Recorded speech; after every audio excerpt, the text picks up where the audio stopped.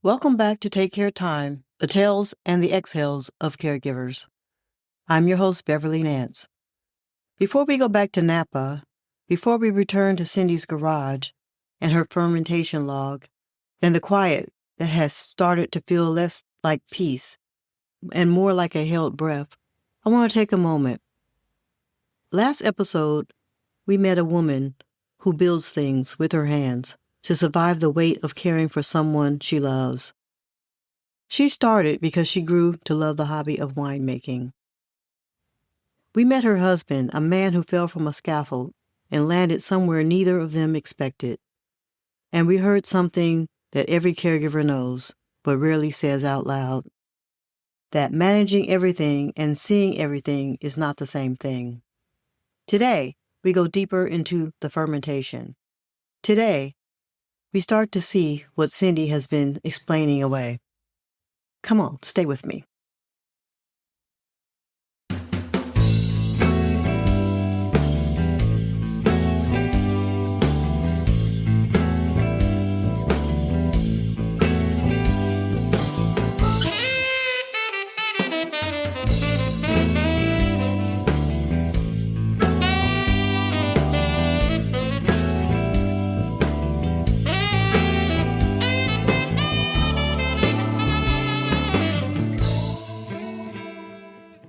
In winemaking, the second pressing is where things get complicated.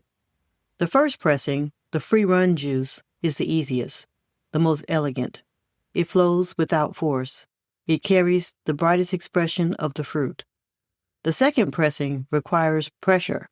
The grape skins, the seeds, and pulp, the pomace, are tightened into the press, squeezed harder, pushed further than they want it to go. What comes out is darker, more tannic, more complex, sometimes bitter. Some winemakers discard it. Others believe the second pressing holds everything the first one couldn't reach. Cyndi was in her second pressing. She just didn't know it yet.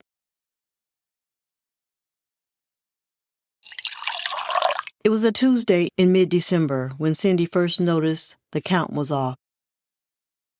Not dramatically, not obviously, just off. She had developed a system. In the weeks following Christopher's discharge, the pill organizer she had purchased at the pharmacy sat on the left side of the kitchen counter, nearest the coffee maker, where neither of them could miss it. Each compartment was filled on Sunday evenings. Each compartment was photographed with her phone before she closed the lid. It was the kind of system that a person builds. When they need to feel something, at least one thing is under control. On that Tuesday morning, she reached for the organizer to confirm Christopher had taken his morning doses. The Wednesday evening compartment was already open, empty. It was Tuesday. She stood at the counter for a moment, holding the organizer, turning it slightly in her hands, as though the angle might change what she was seeing. Then she sat it down, opened her phone, checked last Sunday's photograph. Wednesday evening had been full. She made a note in her log, 2 words, check Wednesday, and then made Christopher's coffee, sat it on the counter beside the organizer. She went to wake him for his physical therapy appointment because that is what caregivers do. They note, they file, they continue, and they tell themselves that there is probably a reasonable explanation. That evening, Cyndi went to the garage. The Grenache she had labeled November was entering its secondary fermentation, the conversion where the harsher malic acids soften into rounder lactic acids, a transformation that happens slowly, almost invisibly, unless you know what to measure. She drew a small sample and held it to the light. The color was deepening, a good sign. The clarity was still slightly hazy she expected at this stage. She tasted it. Tart, a little tight. Something underneath the tannins that was trying to resolve itself, but hadn't quite got there. She wrote in her notebook, still working through it, not ready to give up. Give it more time. She was not entirely sure she was writing about the wine. The Cabernet Franc was further along, deeper, settled. She had bottled 6 of the 12 planned bottles the previous weekend and labeled them carefully in her small, precise handwriting. She had not yet named this batch. Names came when the wine told her what it was. This one was still deciding. For those familiar with home winemaking, it is worth pausing here to understand what Cyndi was actually doing in that garage. Microbatch winemaking, sometimes called home winemaking or amateur viticulture, is the practice of producing small quantities of wine, typically between 1 and 10 gallons per batch, outside of a commercial setting. In California, a home production of wine for personal use is legal under federal law. Households are permitted to produce up to 200 gallons per year for personal or family use, not for sale. The process mirrors commercial winemaking in most essential ways. Primary fermentation converts sugar to alcohol over 7 to 14 days. Secondary fermentation, the malolactic conversion Cyndi was monitoring, refines the acid structure over weeks or months. Then comes aging, clarification, bottling, patience. What separates the experienced home winemaker from the novice is not equipment. It is attention. Wine does not forgive inattention.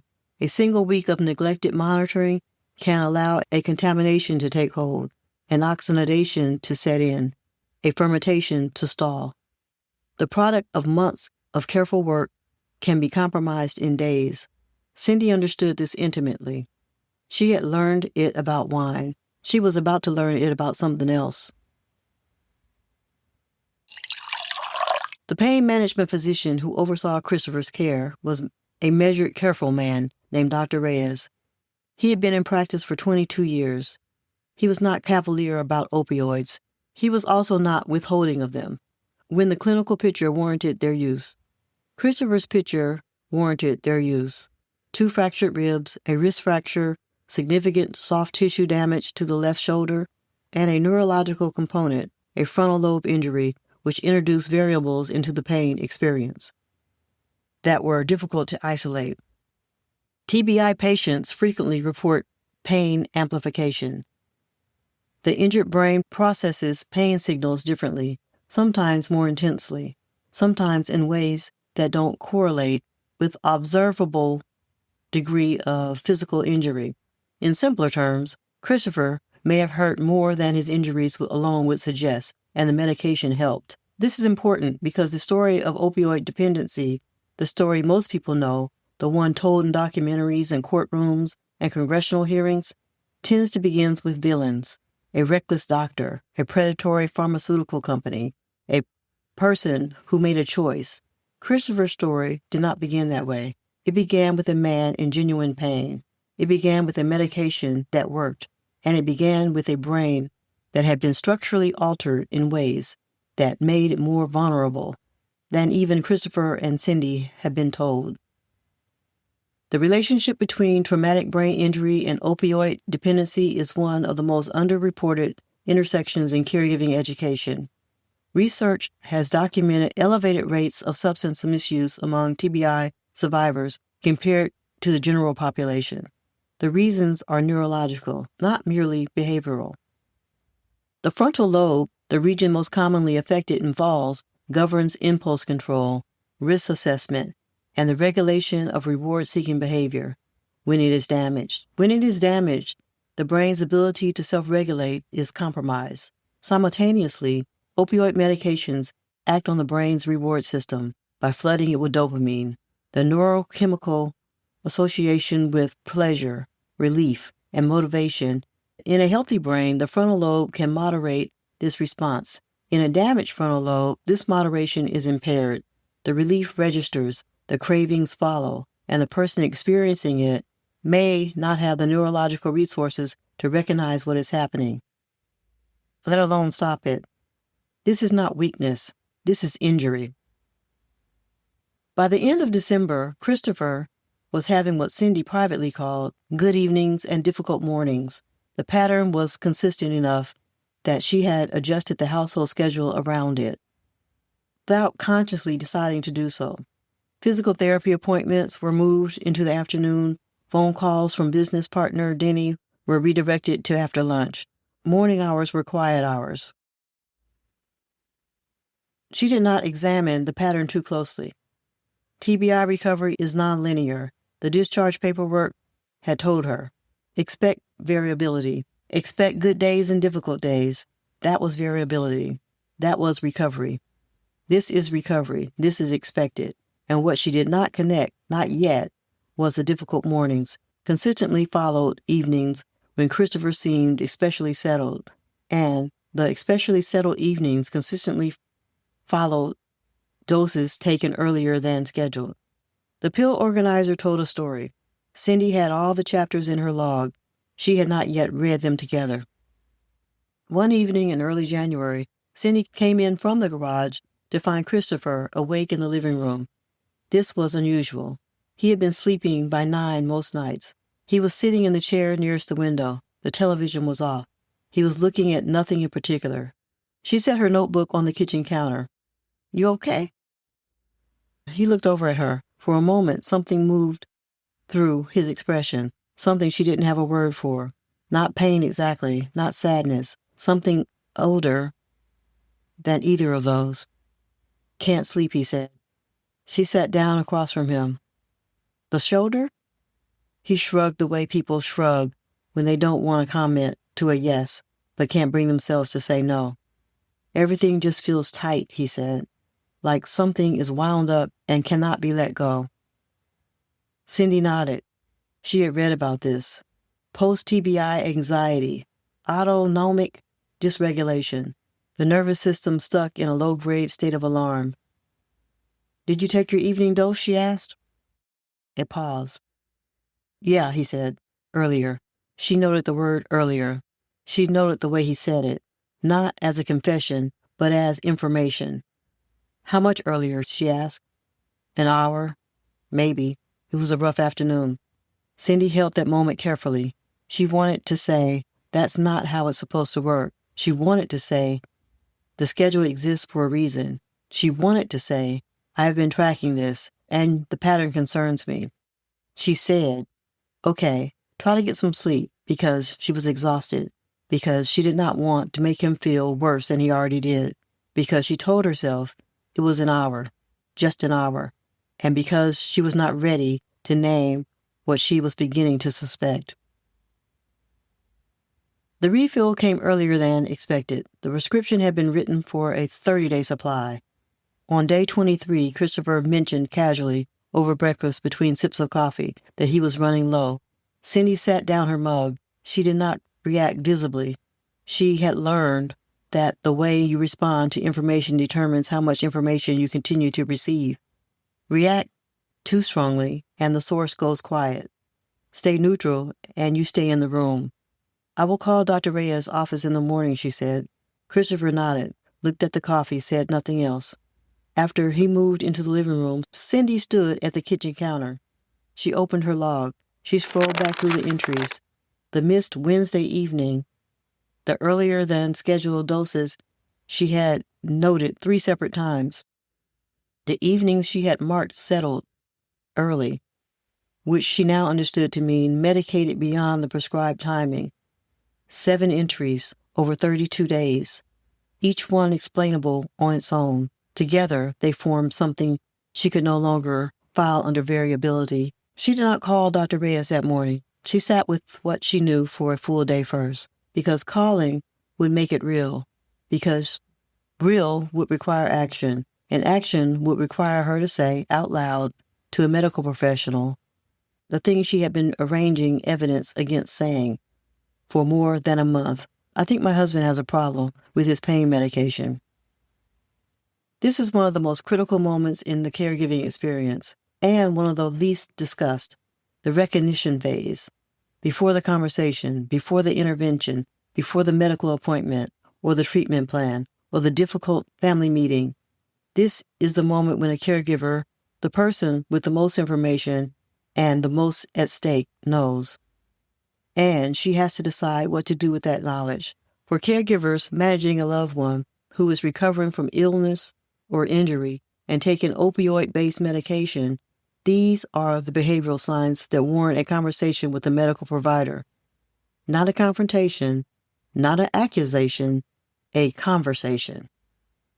Using medication earlier than the prescribed schedule on more than one occasion, running out of prescription before the refill date, an increasing pattern of requests to take medication when pain seems inconsistent with activity level, mood changes that correlate with dosing, timing, notably agitation and restlessness in the hours before a scheduled dose, increasing sedation or unusual calm shortly after taking medication, withdrawal of interest in recovery activities, therapy, movement engagement outside of medicated windows.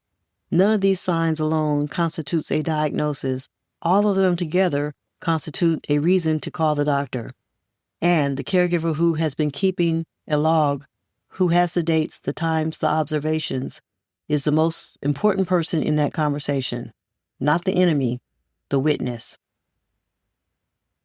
That night, Cyndi went to the garage later than usual. It was after 11. The house was quiet. Christopher had gone to bed early. Another good evening, she noted, without comfort. She checked her wine first. The conversion was nearly complete. The haziness was clearing. She drew a sample and held it under the work lamp. Deep garnet, almost translucent at the edges. A clarity that had taken weeks of invisible work to arrive at. She tasted it. The tartness had softened. The tannins were still present, but no longer combative. Underneath them, something round. Something that had been acid was now almost velvet. Transformation. She set the sample glass down and stood in the garage for a long time. She thought about the log on her phone, the 7 entries, the pattern she had spent weeks explaining away. She thought about Christopher in the living room chair at midnight, looking at nothing. She thought about something wound up that could not let go. She thought about a brain that had been struck against the side of a skull and told to keep running. She thought about the medication that was doing 2 things at once, relieving pain and creating a want that had nothing to do with pain. She picked up her notebook. She opened up to one of her wine batch pages. At the top of the page, weeks earlier, she had written, "Things drift when you look away." She read it twice. Then below it, she wrote the name of the batch, and she called it Pay Attention.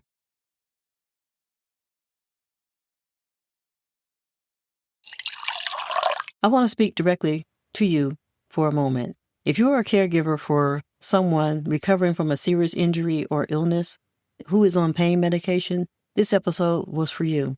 Not to frighten you, not to make you suspicious of your loved one or of the medical team managing their care, but to give you something that Cyndi did not have when she was standing in the kitchen counter, staring at the empty Wednesday compartment. Information, because here is what I know about caregivers. We are observers by nature. We notice things. We track things. We keep logs on our phones, in our heads, and in the margins of notebooks. We are also protectors. And protection, deep, fierce, long-driven protection, can sometimes look like willful blindness. We explain away what we see because we cannot bear what it might mean. We file the entries and close the notebook because opening it fully feels like betrayal of the person we are trying so hard to help. But here is the truth that winemaking taught Cyndi, and that caregiving teaches all of us eventually. You cannot correct what you refuse to see. The contamination that goes unaddressed does not stay in one barrel. It spreads. And the caregiver who waits too long to name what they are observing is not protecting the loved one. They are paying the cost of that silence and the most personal currency imaginable.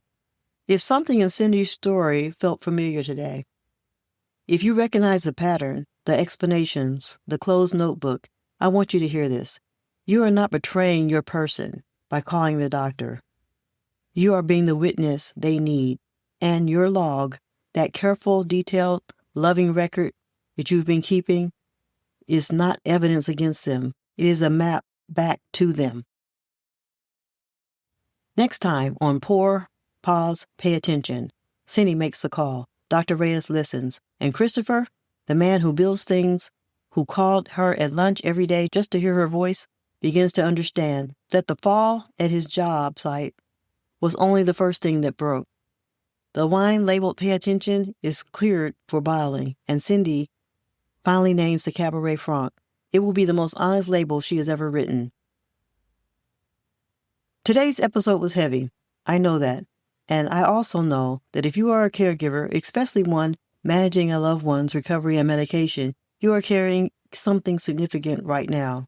The Take Care Time respite box was created exactly for this weight.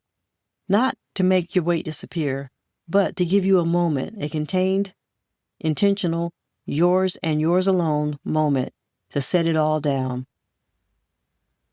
The Spring Flowers box is available now on our website at takecaretime.com. And in honor of this episode, beginning in May, we will have our Pour and Pause wine-related Take Care Time respite box.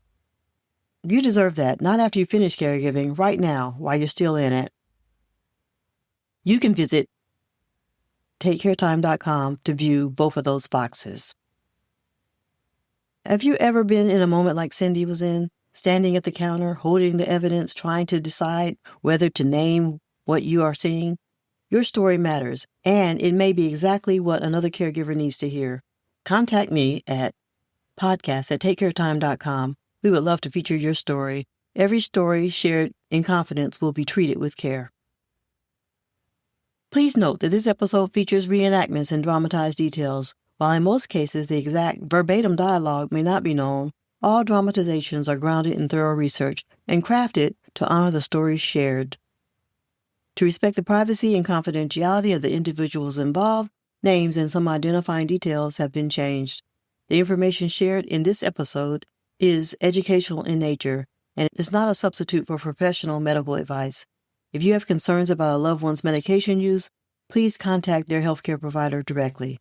Until next week, take care.